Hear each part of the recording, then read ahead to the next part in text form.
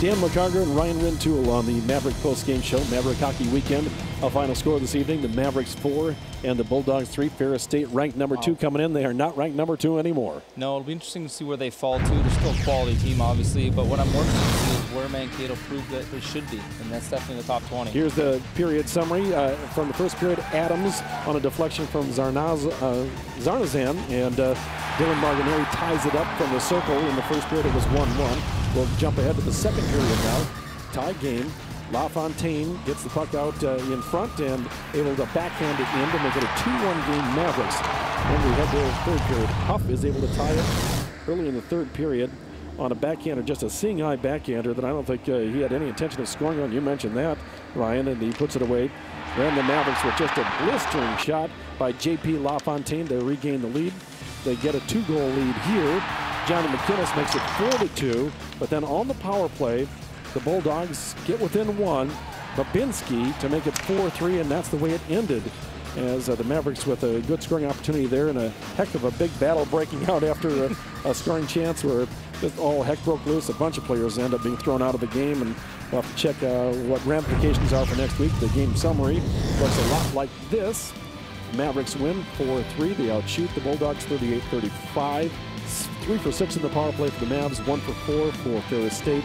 Penalties about even, and the Mavericks win the faceoff battle 39-32. Yep. I mean, we talked earlier about, starting strong, playing with focus, and winning that special teams battle, and they did it. I mean, that's how they won this game. Take a look at the standings in the WCHA after the Mavericks victory tonight. They're within 2 points, now 14-10 overall, 12-6 in conference. The Bulldogs fall to 17-5-3, 12-2-2, 26 points in the conference. Now they have 2 games in hand over the Mavericks, but the Mavericks did what they could do, which was get right back in the race. Right, and it'll be interesting to see where C.J. Mott, if he gets suspended next weekend up in Michigan Tech, can he play?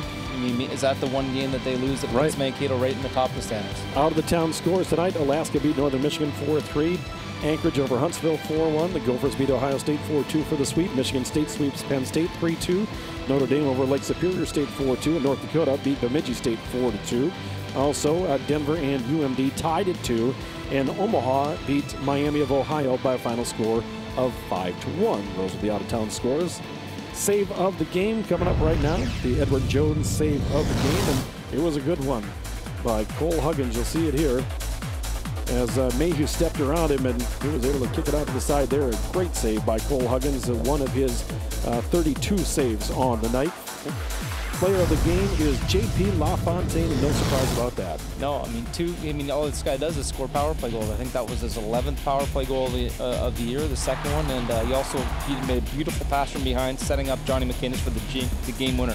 And they talk about big players coming up at big times, and this was as big a game as the Mavericks have had in a long time, and their big players all weekend long came up and did what they had to do. Matty Leitner, J.P. LaFontaine, McInnes, Gervais, all the players played well, and they got great goaltending. That's why they won both. Mavericks within 2 points in first place in the WCHA after the weekend sweep. Now next week it's the Minnesota Hockey Classic up at Mariucci Arena. Yeah. And the Gophers will play St. Cloud, UMD, the Gophers, depending who they'll play beginning at 4 o'clock on Friday against UMD, and find out who they'll play on Saturday. But really important for NCAA tournament purposes to win a couple games. Yeah, and a great idea for the state of Minnesota, the state of hockey, to have the Division I teams all playing in the Minnesota Cup, the inaugural year. And hopefully the Mavericks can find themselves in the final and get some more bonus points. Well, Ryan, thank you for joining us this evening. We really appreciate it. We had a lot of fun all weekend long. The Mavericks get a sweep, and we look forward to seeing you down the road sometime.